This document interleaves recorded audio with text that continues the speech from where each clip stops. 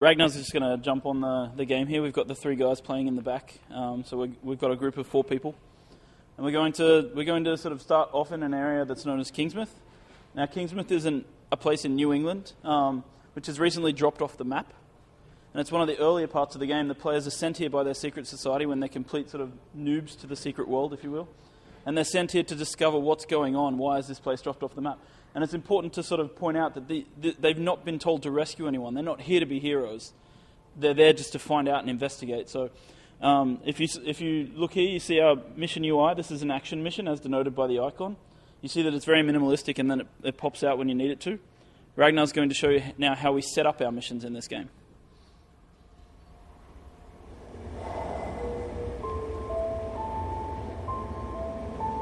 This forest crawls. Gets my fingers itching for 2 matters. One, the other, figuring out a way to keep them down. It ain't right the way the dead walk the earth. They deserve their 6 feet, same as everyone else. Now I've sworn to keeping guard here. You've got places to be. Nothing's stopping you from culling the herd as you go. Hell, figure out what makes them tick and how to make that ticking stop. I'll buy you a beer at the apocalypse. So go on, kid. Saddle up. The end of the world waits for no man.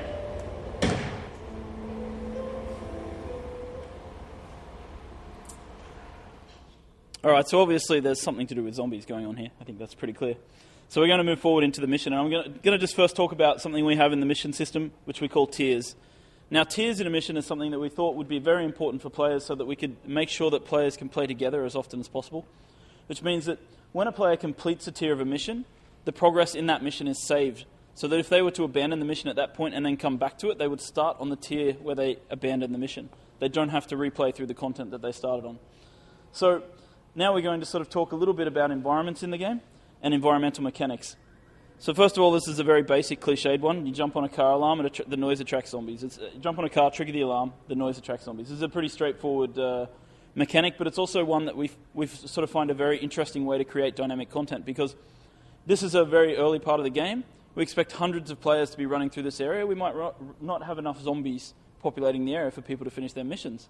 But using the car alarms, we can generate more monsters dynamically, so players can generate their own content to keep them going. So you'll see the tier complete notification and so forth coming up. So now we're going to move forward and we're going to show you how our environmental mechanics can be combined, because these things are all throughout the playfield. Even though this mission introduces you to the car alarm mechanic, car alarms are all over Kingsmouth, and even though you're not on this mission, you can still use them to your advantage. This is a gas can. We're going to use that to create a hazard area, a flaming hazard area. Okay, then we're going to combine that with the car alarm mechanic to pull some zombies. Then we're going to run the zombies through the fire here. Okay? This sets the zombies into a burning state. When monsters are in a burning state, players can exploit that using their skills to kill the monsters more easily. So there's another example of how environmental mechanics can be sort of used together in many exciting ways to sort of play the game.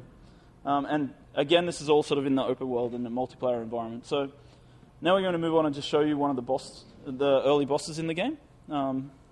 So once these guys take down the zombies and start summoning the boss. And this guy's called the Corpse Gorger, and he's a mutated normal zombie, but there's also a reason for him being the way he is. So later in the area, you'll take a mission that teaches you how he came to be the way he is, and you'll sort of go, oh yeah, so that's the reason that guy was that way. And it's just visual storytelling again. I also want to point out that these guys have sort of been buffed up for the demo, so they're one-shotting a lot of stuff. That's not how it's going to be in the live game, but this is just, for demo purposes. So you see we have in-game waypoints, which show up, showing you where the next step of your mission is. It's important to point out that, these aren't available on every single mission, but they're only available on missions where we want the flow to be known to the player. We don't want to restrict them by having them look around to try and find where they need to go. But we have missions where we actually ask players to find locations. In that case, they won't have waypoints. They'll have to, work it out on their own. So now we've arrived at the sort of police station in Kingsmouth, and this is the sheriff's department. This is where sort of the survivors of what's been happening in Kingsmouth have holed themselves up. This is where they're sort of defending the barricades. They're keeping the zombies out, and they're sort of they're questioning what's happening, and they want to know what's going on as well. And they have insight for the players, and there's plenty of missions in this area for players to pick up. And now we're going to go upstairs and take a mission from a guy called Deputy Andy. And Deputy Andy is going to give us a little more insight into what's going on in Kingsmouth and show us that this isn't a game that's just about zombies. There's more going on here.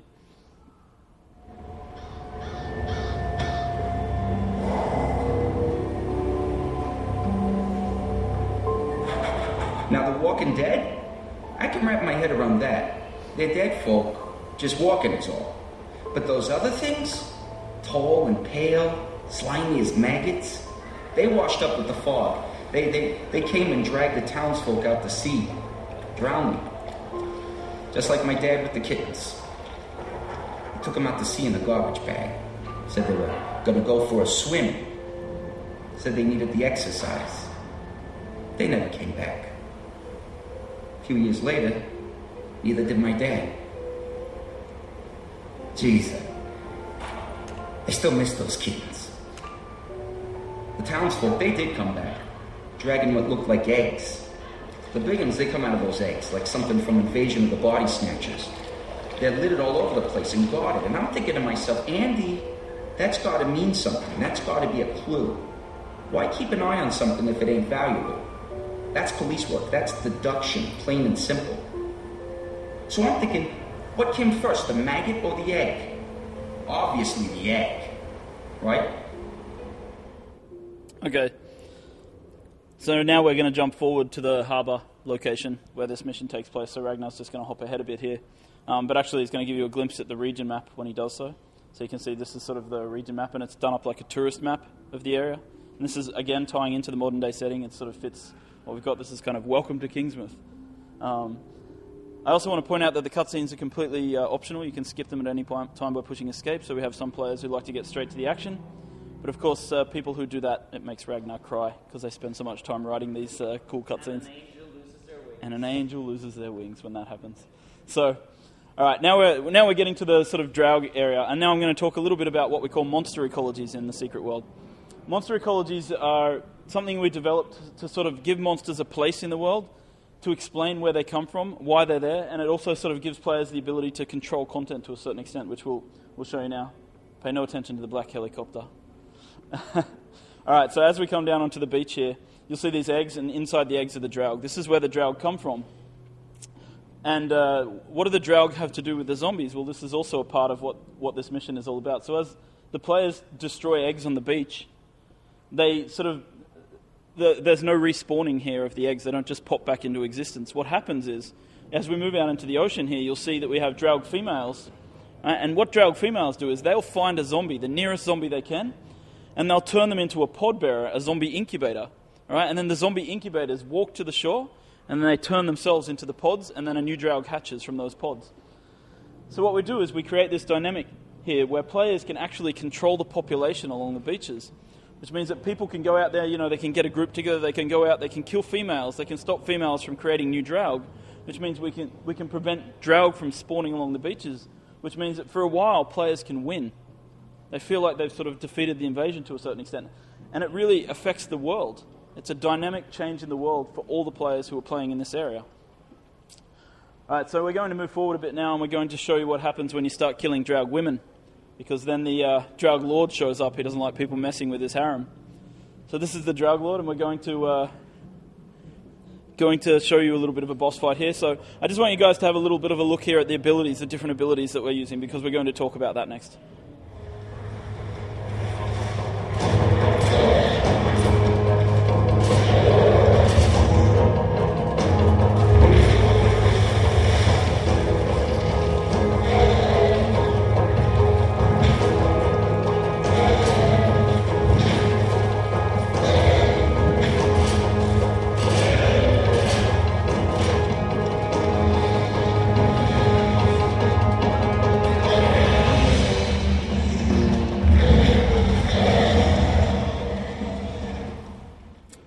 Alright, so you probably see that our players are using, pistols, shotguns, they're throwing fireballs, they're doing magic, some of them are healing. And that's all sort of part of what our freeform character progression is all about. And Martin's going to come up here now and tell you guys all about our skills and our progression system. So as Ragnar mentioned initially, in the Secret World we don't have any classes and we don't have any levels, so it's all about the skills. And we have over 500 unique skills implemented in the game. right now. Might be even more. And it's really important to mention that these are unique skills. So we don't have rank 1, 2, 3, 4, 5, 6 of a fireball. A fireball is a fireball, and it will scale with your equipment. And the good thing about that is that you never end up with obsolete skills. And you can basically split the skills in two categories. You have the active skills and you have the passive skills. The active skills are the ones that you see at the bottom here, that the player actively presses and something happens, like throwing a fireball or doing a sword attack or doing a sniper shot with a rifle. But equally important are the passives that are sort of hidden behind here that you can pull up. And the passive skills are always affecting your character, but in many different ways. They can do that either through increasing your attributes, like making you stronger, but also cool stuff like increasing all healing done by 10% or making all your shotgun attacks inflict a bleed on the target. So, of course, the player can't run around with 500 skills, so you have to make a selection. You pick out 7 actives and 7 passives that has some sort of synergy or that is reflecting the way that you want to play. So it's all about sort of picking your play style, and we're really excited about this because in traditional MMOs you start on level 1 and you pick a class and you play that class for the remaining of that character's lifespan. And if you roll the tank, then you're a tank at the end game as well, and if you're tired of playing a tank and you want to play a healer, then you have to re-roll, start on level 1, play the content that you played before, all your friends are at the end game, nobody really knows your name, and it's sort of tedious, or it can be at least. In the secret world, you can change your spec, your deck, your layout, call it whatever you want, as often as you want. So you can be a tank one day, but then you might be faced with some content that really fire magic is optimal for. Then you swap out your tank build, equip your fire magic, and then you go do that. And then your friends might contact you and say, hey, we need a healer for this dungeon, can you help us out? And then you can swap out the fire magic with the healing spec, and then you can do that. So it's all about finding your play style and playing the way you want to play. So how do players get these different skills? Well, it's an MMORPG, so of course experience points are important, and players can get XP through many different ways, such as killing monsters, completing missions, doing tasks for your secret society, doing crafting, and even PvP. And all of this gives the player XP. And the XP bar is the blue line at the bottom here that fills up. And once the XP bar is full, you will be given a skill point. And you use these skill points in purchasing skills from the skill wheel. And keep in mind that this is early work in progress. It's not finished, but we wanted to give you guys an idea of how we're sort of organizing this system. So in the skill wheel, we have basically 3 subtypes of combat. We have range, melee, and magic. And under range, you'll find assault rifles, pistols, and shotguns. Under melee, you'll find swords, hammers, and hand-to-hand, which is basically fist weapons. And under magic, you'll find blood magic, chaos, and elementalism. Sorry, could you hit play? And the way this is organized is, you see right now, we've select a part of the skill wheel, and we refer to this as a cell. And inside a cell, there are 7 skills, and players have to buy these sequentially. So you have to buy the first one to be eligible to buy the next one. Once you bought the second one, you can buy the third one, etc.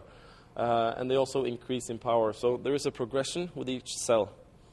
What's also really important and something that we've implemented in this UI is this is where you're sort of building your deck, if you guys are familiar with Magic the Gathering. So it's really important to see how these different skills affect your character. So we implemented a character sheet where you can test equip actives and passives and see directly how these skills affect your character, because it's important to come up with a cohesive build. But we know that some players might look at this and say, oh my god, 500 skills, I have no idea which one to pick. I know how I like to play, but I don't really know. That's why we implemented templates. And templates are sort of like suggestive paths that the players can take. And again, sort of comparing to Magic the Gathering, think of this as starter decks. And basically what we're looking at now, we selected the Monk, which is a melee healer kind of hybrid. and it points out where in the skill wheel certain skills are to fulfill that type of template. Now, again, this is just a starter deck, and it's just a suggestion, so it's just a place to start, and then you can sort of build from there. There's tons of different ways of doing a melee healer hybrid. This is just one way.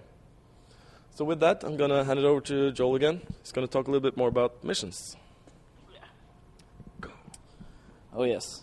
I wish I hadn't had those 400 vodkas last night. Makes this... does take the edge off a little bit, I have to say.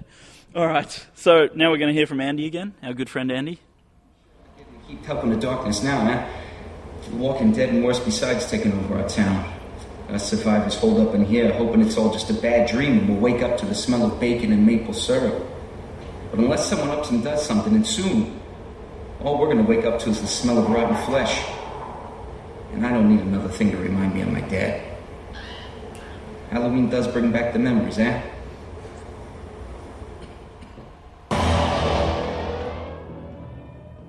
Okay, so you hear the air horn going off. This is basically an example of one of our multiplayer events. This is a call to arms for players in the area. Zombies are attacking the barricades. Zombies are attempting to infiltrate and, take over the police station. And so players are sort of called to come and defend. And this is sort of another example of how we really want players to play together.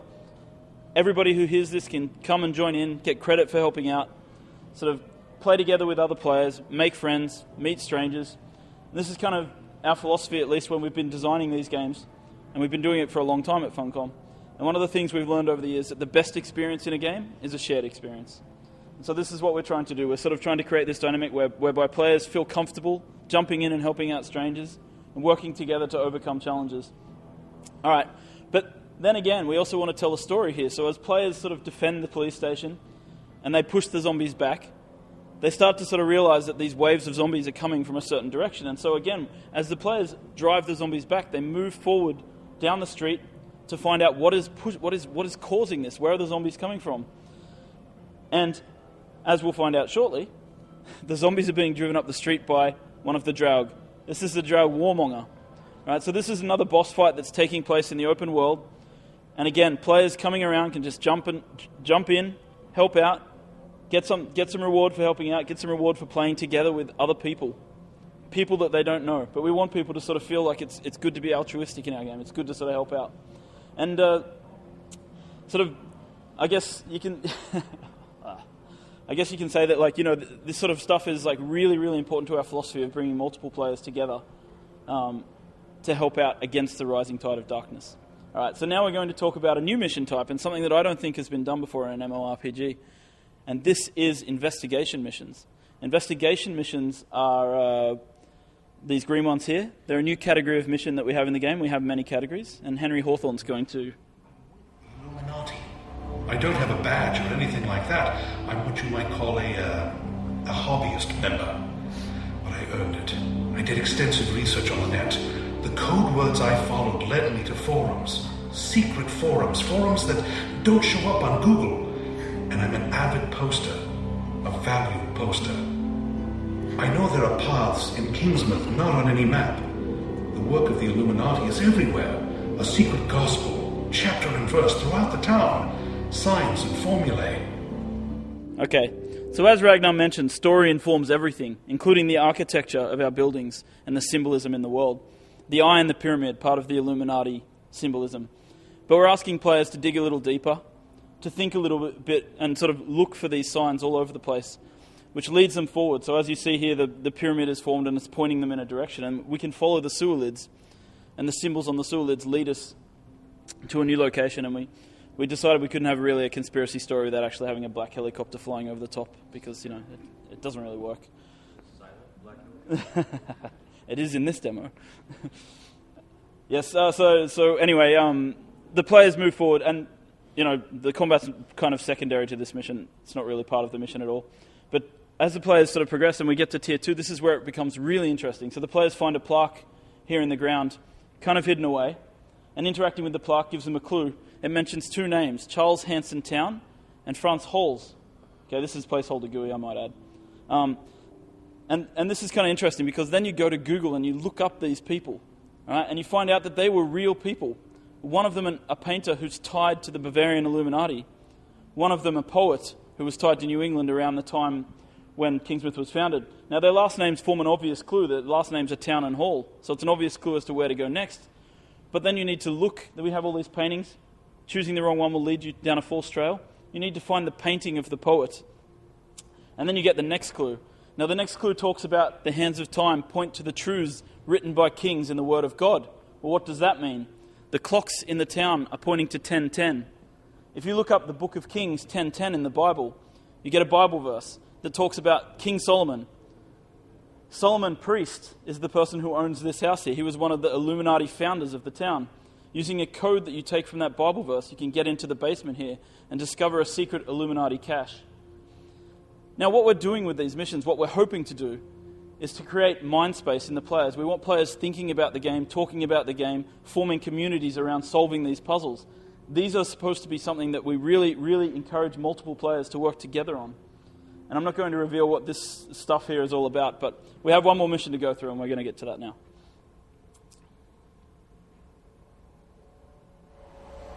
You don't need second sight to foretell our future. We're all doomed. It's strange, but it's the dreams that really get to me, not reality. The dreams are always about ravens. Thousands of ravens. Flapping wings, black feathers, dead eyes, beaks and talons tearing and clawing and screeching.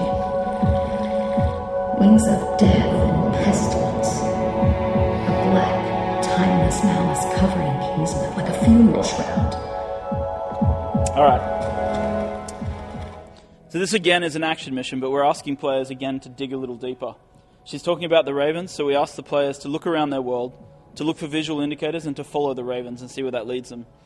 So the players will follow these flocks of ravens and they'll discover the Revenant. The Revenant is a boss character who's basically, he's drawn to suffering, he's drawn to pain. And so the players encounter him throughout Kingsmouth, and the players aren't actually killing him in these encounters, they're just driving him away, and he teleports away, and then we ask the players again to just move forward by following the ravens. And so this again is an example of the storytelling informing the world, and sort of this is how we feel that we tell stories to players without needing to have dialogue. We let players play the game and they find out what these things mean on their own. And this is really important to us. And I mean, again, the players keep fighting this guy, they keep picking up feathers that he drops, and eventually they have to find a way to bind him in place and defeat him. And sort of these mechanics which we're teaching players here through this mission carry on throughout the game. So in other places in the game where you might find ravens, it might be signs of revenants, and when you follow those ravens again, you might find another boss, another revenant boss.